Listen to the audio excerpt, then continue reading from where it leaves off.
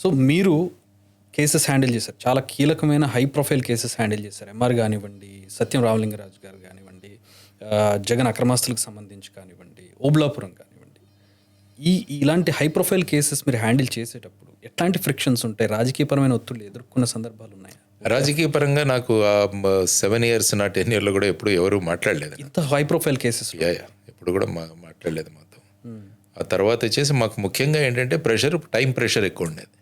ఎందుకంటే లిమిటెడ్ స్టాఫ్తో ఆ 7 సంవత్సరాల్లో ముఖ్యంగా 2009 తర్వాత 4 సంవత్సరాలు ఏదైతే ఉందో కేసులు, విపరీతమైన కేసులు, అన్నీ హైకోర్టు నుంచి వచ్చిన కేసులు, సుప్రీంకోర్టు నుంచి వచ్చిన కేసులు, వీటి ద్వారా మా పర్సనల్ టైంని పక్కన పెట్టాల్సి వచ్చేది.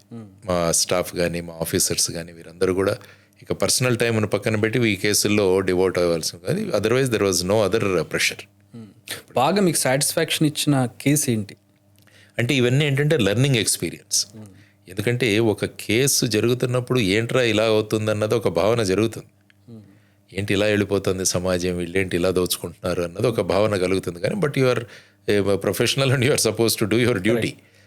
అందులో ముఖ్యంగా ఏంటంటే సత్యం కంప్యూటర్స్ కేసు అన్నది నేర్చుకోవడానికి చాలా కొత్త విషయాలు మేము నేర్చుకున్నాం. అంటే ఒక సిస్టంలో అకౌంటింగ్ ఫ్రాడ్ ఎలా జరుగుతుంది, తర్వాత వచ్చేసి ఏ విధంగా మ్యానిపులేషన్స్ జరుగుతాయి, ఇవన్నీ కూడా it's an unfortunate case. But ఒక బాగా వెళ్తున్న ఒక సంస్థ, బ్రాండ్గా వెళుతున్న సంస్థ, ఆంధ్రప్రదేశ్కు బ్రాండ్గా వెళుతున్న సంస్థ ఈ విధంగా వెళ్ళడం అన్నది ఇట్స్ అన్ అన్ఫార్చునేట్ థింగ్. కానీ ఇన్వెస్టిగేషన్ పరంగా అందులో నేర్చుకోవాల్సిన అంశాలు చాలా ఉన్నాయి. Each case is a distinct case. Mining కేసులో కూడా టెక్నాలజీ ఉపయోగించడం, శాటిలైట్ ఇమేజరీ ఉపయోగించడం, ఇవన్నీ కూడా ప్రతి ఈచ్ యునిక్ కేసు అన్నది. కాబట్టి నేను కానీ మా ఆఫీసర్స్ కానీ నేర్చుకోవడానికి ఈ కేసులు చాలా ఉపయోగపడాయి. ఎందుకంటే ఇక్కడ నుంచి నేను మళ్ళీ మహారాష్ట్రకి వెళ్ళిన తర్వాత అక్కడ ఇన్వెస్టిగేషన్ స్టాండర్డ్స్ పెంచడానికి కూడా ఇవి చాలా ఉపయోగపడ్డాయి మాకు. కాబట్టి each case is a unique case, each case is a distinct case. ప్రతి కేసులో కూడా కొత్తగా నేర్చుకోవాల్సిన అంశాలు. తర్వాత ఏంటంటే పెద్ద పెద్ద హై ప్రొఫైల్ వీళ్ళు ఉండేవారు కాబట్టి హైకోర్టు నుంచి సుప్రీంకోర్టులో వాదనలు వినిపించే న్యాయవాదులు వచ్చేవాళ్ళు. ఇక్కడ పెద్ద పెద్ద వాళ్ళు, రామ్ జేత్మలాని గారు వచ్చారు ఇక్కడికి, తర్వాత ఉదయ్ లలిత్ గారు వచ్చేవాళ్ళు, తర్వాత వచ్చేసి సుశీల్ కుమార్ గారు వచ్చేవారు, తర్వాత వచ్చేసి చాలామంది వచ్చేవాళ్ళు ఇక్కడ.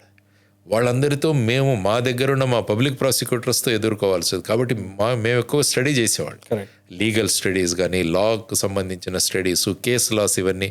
కాబట్టి అదేంటంటే ప్రతిరోజు ఏదో ఒకటి, ఒక కొత్తది ఏదో ఒకటి వచ్చేది. ఎవరో ఒకరు బెయిల్ అప్లికేషన్ వేసేవాడు, లేకుంటే ఏదో ఒక పిటిషన్ వేసేవాడు.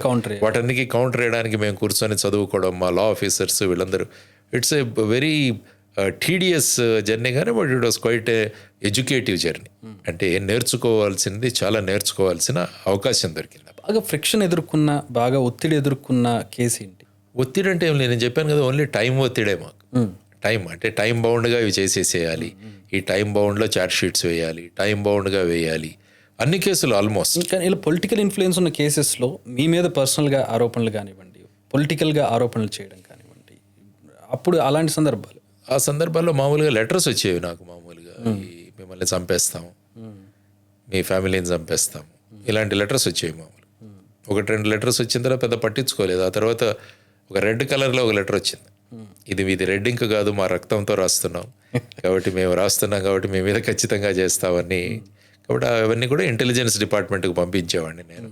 వాళ్ళు సెక్యూరిటీ అది ప్రొవైడ్ చేసేవాళ్ళు. అంతేగాని ఈ విధమైన ఎందుకంటే అభిమానులు ఉంటారు వాళ్ళకి, ఆ అభిమానులు వాళ్ళ అభిమాన నాయకుల మీద వీళ్ళు చేస్తున్నారన్న భావాలతో ఈ విధంగా లెటర్స్ వచ్చేవి. వాటిని ఇంటెలిజెన్స్కి పంపించి వారు ఏం చేయాలో చేసుకున్నారు. మొన్న మధ్య మీరు థ్రెట్ ఉంది నాకు ఎలక్షన్స్ టైంలో 24లో విశాఖపట్నం వెళ్తున్నప్పుడు ఈ కేసుల్లో ఉన్న ఒక వ్యక్తి సపోర్టర్ ఏదో ఒక చిన్న మీటింగ్లో మా బాస్ని అప్పుడు సిబిఐ జాయింట్ డైరెక్టర్గా ఉన్నప్పుడు కష్టపెట్టాడు, అరెస్ట్ చేశాడు. కాబట్టి ఇతన్ని మేము లేపేస్తామన్న దీంట్లో ఆ మీటింగ్లో ఉన్నవాళ్ళు ఎవరో ఒకరు ఒక ఇన్ఫర్మేషన్ మాకు తెలిసింది. కాబట్టి యాక్చువల్గా ఏంటంటే మన బాధ్యత, ఎవరైనా ఇటువంటి తీవ్రమైన నేరం చేసే సమాచారం మీకుంటే ఆ సమాచారాన్ని అందజేయాలి. ఇది కూడా మనకు సిఆర్పిసిలో ఇంతకుముందు సెక్షన్ 39 ఉండేది, ఇప్పుడు బిఎన్ఎస్ఎస్ఎస్లో మారి ఉంటుంది. సో కానీ బాధ్యత, ఇప్పుడు ఫర్ ఎగ్జాంపుల్ నాకు ఎక్కడైనా ఒక మర్డర్ కేసు జరుగుతుందని ముందు ఇన్ఫర్మేషన్ అది నేను పెట్టుకొని కూర్చోకూడదు, నేను ఇవ్వాలి, పోలీసులకి ఇన్ఫర్మేషన్ ఇవ్వాలి ఈ విధంగా తెలిసింది. కాబట్టి ఆ బాధ్యతతో నేను వారికి ఇవ్వడం జరిగింది.